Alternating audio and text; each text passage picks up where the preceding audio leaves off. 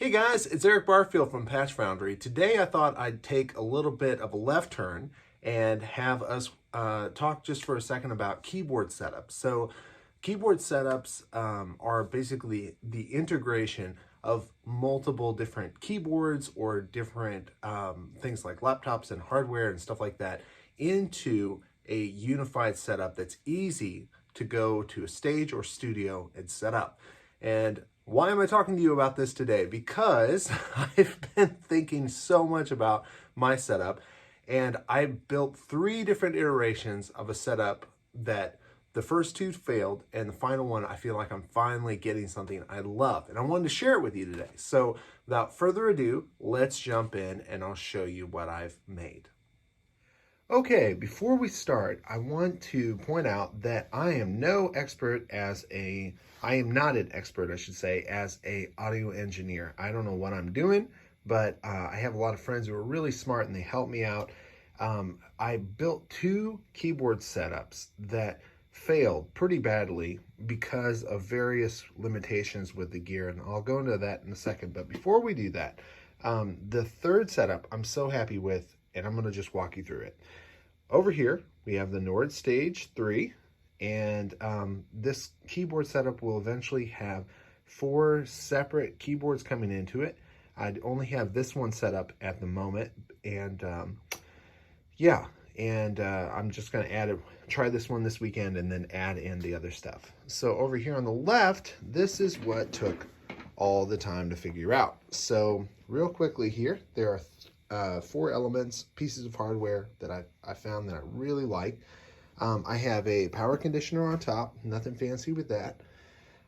This piece down here, I am extremely excited about it. It's called the Samson S10, and it's a remarkable line mixer. Let me tell you why. For starters, each channel is stereo, meaning you have 2 ins and outs. So that means you have 1, 2, 3, 4, 5, 6, 7, 8 stereo inputs. That's more than any of the other ones that I could find. And that by itself is cool, but where this thing really shines is some of the other things that it does. 1, it has the ability to pan on each, and it has 2 sends, essentially. You could set it as a monitor send and an effects send. In just a second, I'll explain why I'm not doing this. I'm using this instead for 2 separate effects sends. But it's just remarkable how that works. Basically, it allows you to send one combination of effects or an effect, and then a totally separate one on the other channel. The other thing it has here, it has something really remarkable on the output called that allows you to do mix B. What this does is if you press one of these buttons that says mix B, like that, it mutes the channel to the main output. Why is this significant? What's cool about this is I can have all of my stuff racked up here going in. I can then send it out through the main output, and then I'll go ahead and sheet. We'll come back to this in a second, but on the back side, I've got a Radal amp or Radal Pro DI stereo out that I then send out, and then send the returns back around here into this one right here called K-Mix. So essentially, I'm hearing everything that I'm sending to front of house through the K-Mix input here. And then I have a separate input that I've also muted that will come back from front of house that I can mix. So what this looks like in all practicality is that I can take and change the stereo where I want it to sit in the stereo mix, and I can do the same thing with my front of house mix and adjust the volumes back and forth and not worry about it bleeding into the system or coming up with some sort of weird deal. So that's just a huge advantage. To me, as far as I know, Samson is the only person that makes this thing. And then I just plug in directly into the headphones out here. I put my in-ears there, and it's just such a simple, awesome setup. So the monitor and the effect sends we're going to talk about here in just a second, but first, let's come down here. I've got a sliding rack, and I have two things here. On the right, I have Hologram Electronics Microcosm effects pedal, and on the left, I have a iConnect Audio 4 Plus audio interface and MIDI router. Both of these cover so much ground. I'll start with the Microcosm. The Microcosm does a whole range of things using granular synthesis. If you're not familiar with granular synthesis, the layman's version of explaining it is it basically takes tiny, like milliseconds and even smaller sometimes, audio files that you cycle through here, resamples it, and combines it in unusual ways. So what that can look like is delays, reverbs, all kinds of weird looping things. It can create these glitch effects. It has these different like wash style effects. It can even resequence some of your stuff here.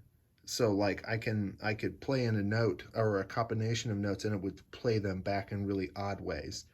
It also has a phrase recorder, which means I can use this as a looper pedal, and then reverb knob, just a whole bunch of stuff. If you haven't heard about this, it's one of the greatest pedals I've ever seen for keyboards. It just covers so much ground. It does so many cool things that I'm still learning about it. But yeah, you'll definitely have to look it up. On the left here, we have something called the iConnect Audio 4 Plus. It's an audio interface. It's 4 in, 4 out. And it can also do MIDI routing really well. I'll get into that when we go to the back panel. But first, before I get there, I mentioned that I have two of these sends, essentially. So I have one, the EFX sends to the Microcosm, and the monitor sends to the M Audio 4 Plus through these two front panels. What it does is it will send this to my computer, and my computer will then, I'll process it through MainStage or Logic Pro, even Ableton Live occasionally, and we'll process the sound as an effect and send it back in to the system through these two right here in the back. So what that means essentially is I can use like any of my software plugins on any of my hardware gear, and I can choose on each input how much I send, and then they come back in here on, or the sends come back on here for channel 6, which is the Microcosm, and then on channel 7 for the VFX 3.4, which is outputs 3.4 on this one. The last thing here on the front panel before we go to the back panel that I'll mention is I am also going to be using virtual instruments live occasionally. I tend to prefer hardware, but once in a while it's nice. I've got these two here coming out 1 and 2, again, either from MainStage or Logic or whatever, running into this final channel 8 over here. And yeah, so that just works out really well. Allows me to combine a bunch of different sounds. Also, the keyboards that I'll be adding are, I've got one here, a DeepMind 12. That's an awesome 12 voice analog synth. Sample models by Electron for like triggering samples live. And then eventually I will have one additional one in here, but at the moment that's all we're going to be having. All right, so I'm going to move around to the back here for a second. Not a whole lot to see here. I'm also going to bring down a quick light to make this a little easier to see. Okay, so again, top, I've got power. I've got everything wired up here.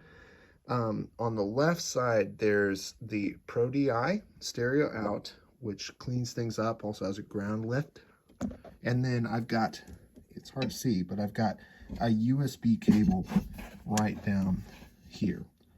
And yeah, that's about it. So then when I'm done at the end of the night, I just grab these cables that run all the way over to my Nord and wind it up, toss it in, put the back on, and put the front on, slide this thing back like this, and I'm good to go.